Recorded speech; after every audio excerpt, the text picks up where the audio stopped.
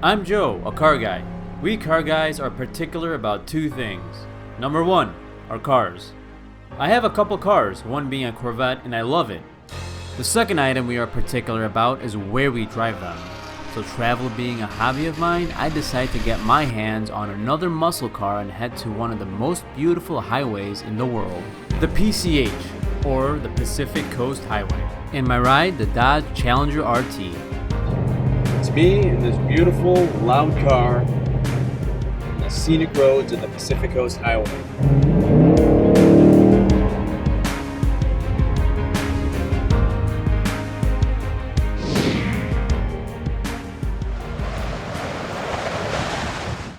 One of the draws of the Challenger is its retro styling that pays homage to the 70s with a smidge of new tech.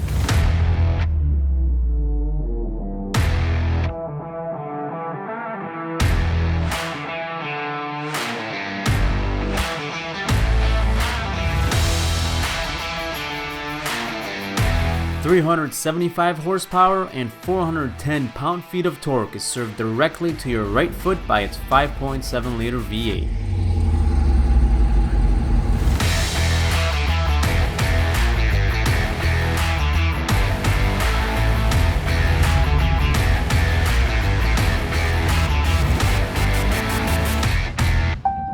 Now 0 to 60 is supposed to be just under 5 seconds. I can vouch for that.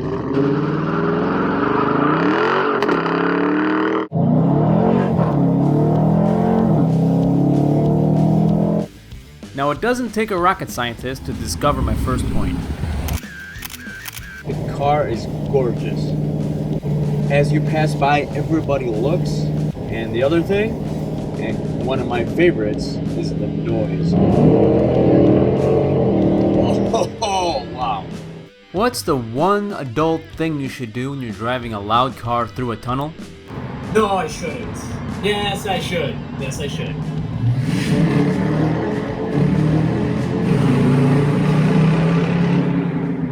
So I admit, that video did not do justice to the sound. It's one of those things you just had to be there. After going through the tunnel another, 5 times, I discovered Easter eggs around the car that I thought were nice touches. The driver's side of the windshield reminds you of the carefully crafted curves of the retro body, while the center console pays its respects to the beginnings of Dodge. It also has a feature that actually will time your 0 to 60 and stop it right when you hit 60. Beyond the super good looks and the symphony coming from the exhaust, there are a few things that make you stop and wonder. Most people would say, well, the interior is crap. I mean, it's not terrible, but it's also lacking in certain areas. It's what you would expect with some of the cheap plastic, etc. So let's call that a con. Now, this is a very thirsty car. The tank drains quicker than a keg at a frat party. And in the last 25 miles, I've gotten 12 miles to the gallon. Now that fuel consumption is because this beast weighs more than most mid-sized mountains at over 4,100 pounds. That is a lot of weight to move. The other issue on this RT is something that plagues most sports cars: ground clearance. It has a lower front spoiler that impacts the ability to clear a few streets, especially in San Francisco. That is an issue. Now the car is also big. It's big and it's heavy, and there's some parts where I just wonder what they were thinking. For example, I'm at the beach right now and I want to get my luggage out to grab something. I have to reach over this massive, thick bumper area that's completely empty to be able to reach into the trunk. Now I know I'm nitpicking here, but does the cab really need a fuel label? Now another thing that drives me crazy is you can see here the light is covered. Here it is not.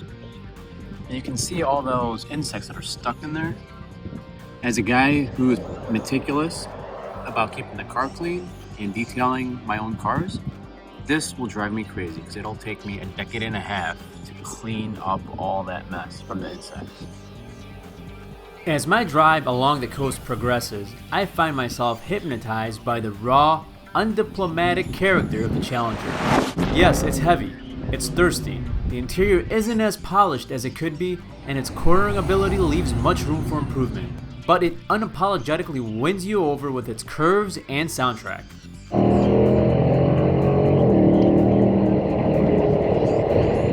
You don't really need another soundtrack other than that. The fog sets permanently and the beautiful vistas vanish. Hungry, I pull over. I see a lady walk behind my car, and behind the lady, a curious little picnic area where I can have lunch.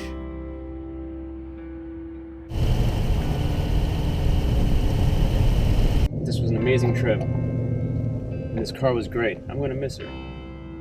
There is fog everywhere, and I can't see a thing. There is a beautiful ocean view over there with cliffs and rocks, but I can't see it.